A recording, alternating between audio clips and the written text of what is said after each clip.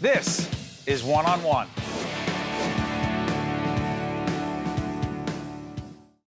We're pleased to welcome Stephanie Wilchfort, who is President and Chief Executive Officer of Brooklyn Children's Museum. How are you doing? I'm well. I'm so delighted to be here. I started my career at Channel 13, and I love public television. Well, we appreciate you being here. We appreciate you were in development. I was in development. And now you're still in development.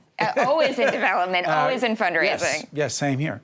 So can you describe your operation? Yeah, well, Brooklyn Children's Museum is the first cultural experience for most children in Brooklyn and many children beyond. And we're the first place that children might come to see a contemporary art show, hear a performance, touch an animal for the first time, or experience a festival or tradition or culture of another culture. Why is that so important for these kids?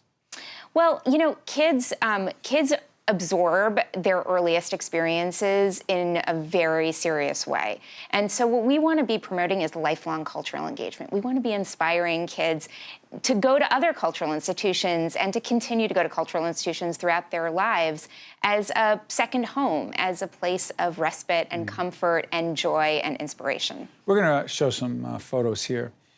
Take us through this.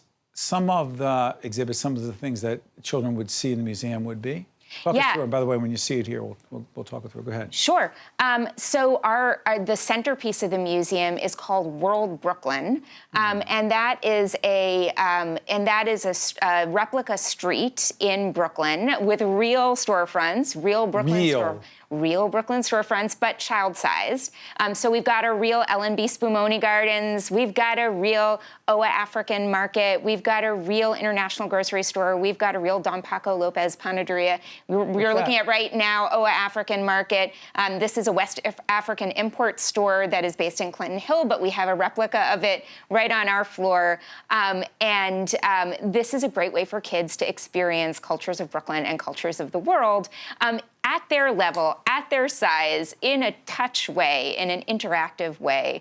And it's super fun because you're actually in a store, and kids love being in stores and pretending they're shopkeepers and pretending they're customers.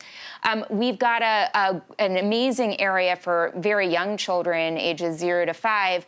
That is called Totally Tots, and it is Totally Tots, and it is a sensory immersion area. You've got touch experiences and listening experiences and smell experiences and a sand table and a water table. Is that the science area, or is that a different area? Oh, that's a different area. You're thinking of Neighborhood Nature and the Science Inquiry Center. Oh, you did that fast. Say it again.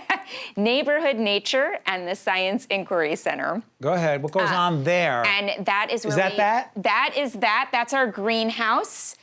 We planted radishes recently in the greenhouse. We have a real greenhouse. In a museum? In a museum. It is actually adjacent to our children's garden, which is going under construction in the next year with funding from the city and the state, and will be rebuilt as an amazing children's garden. What's it like for those kids to see that kind of greenhouse?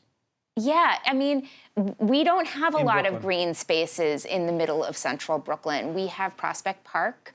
Great park. Which is an amazing park and an amazing resource. But if it's cold outside, you've got to come to our greenhouse to have green space. And it's also a very sensory space. So it's a space where kids can actually touch the plants. They can smell the plants. They can learn something about the plants. They can have a free roaming experience. So it doesn't need to be sitting down with a teacher the way it is in school. This is not a school experience. This is informal learning. This is kids having their own self-guided experience in a cultural space. The museum has some collections, correct? Yes, we have 30,000 objects Hold on, in back our up. collection. 30,000? 30,000. Many of them were deaccessioned from Brooklyn Museum in the 1930s and again in the 1970s. And so we have a long history of accepting things that Brooklyn Museum was ready to part with. But that's amazing because it means we have authentic objects. We have real things, but they're not inherently valuable. So kids can touch them. Kids can have a really close looking experience with these objects, but they're real. And that is a very special thing. Every Sunday at the museum, we do a program called Holding History. We take objects out of the collection, and we let kids sit with them and just experience them and touch them and hold them with our collections What's manager. coming up at the museum? Yeah. So April 1st to 8th is Earth Week at the museum. It coincides with spring break. We know that families need a place to go during spring break when there are so many days off of school. So we do an entire week of science and nature programming that week. It is all environmental education programs. Come. It's a great time. We're All tied to? All tied to nature. And that week, which is, a lot of people are focused more on the environment, even though it should be 52 weeks a year. That's the connection. That's a special week. Yeah, people are thinking about spring. Spring is springing. It's right before Earth Day. And it is this moment where families really need us. They really need a place to be during those days. By the way, real quick, what's the connection with Investors Bank, which, to disclose, has been a big supporter of our series in public broadcasting? Yeah, Investors Bank is an amazing community supporter of our work. They fund free access programs for families. So every Thursday, our museum is free to the public from 2 p.m. to 6 p.m., and Investors is supporting that effort. Investors also supports our efforts to keep the museum free to children in Head Start programs through our partnership with Cool Culture, and to provide free service to public schools in Central Brooklyn. Before I let you out of here, you've been the CEO here for a few years. You've learned an awful lot of things. As a student of leadership, I'm fascinated by people's perception as to what it takes to be a great leader. What's the number one leadership lesson you have learned in your work? Oh, teamwork. I mean, I am a Does it take a village? It does take a village, at our institution especially. We are a small community museum in Crown Heights. We have to be working together and rowing the ship all in the same direction because there are not so many of us working in this institution. So working as a team is absolutely imperative, and listening and learning from your teammates is huge for us, especially because many of the people who work at the museum are also members of our community. Let me also say this, and you'll appreciate this as a former member of our family in public television here at WNET. It takes a village here as well. And we got very talented people here every day who makes this happen. One more time, I want to make it clear that Stephanie Wilchfort is the president and CEO of Brooklyn Children's Museum. Go check it out over in Crown Heights on Brooklyn Avenue. I want to thank you so much. Thank you so much. Stay right there. Yeah. That was great. All right.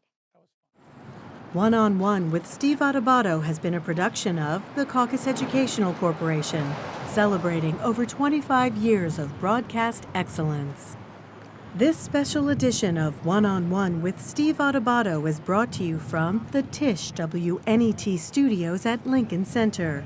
Funding has been provided by Investors Bank, Holy Name Medical Center in Teaneck, New Jersey, Guarini Institute for Government and Leadership at St. Peter's University, the Turrell Fund, supporting Right from the Start NJ, United Airlines, the Northward Center, and by New Jersey Sharing Network.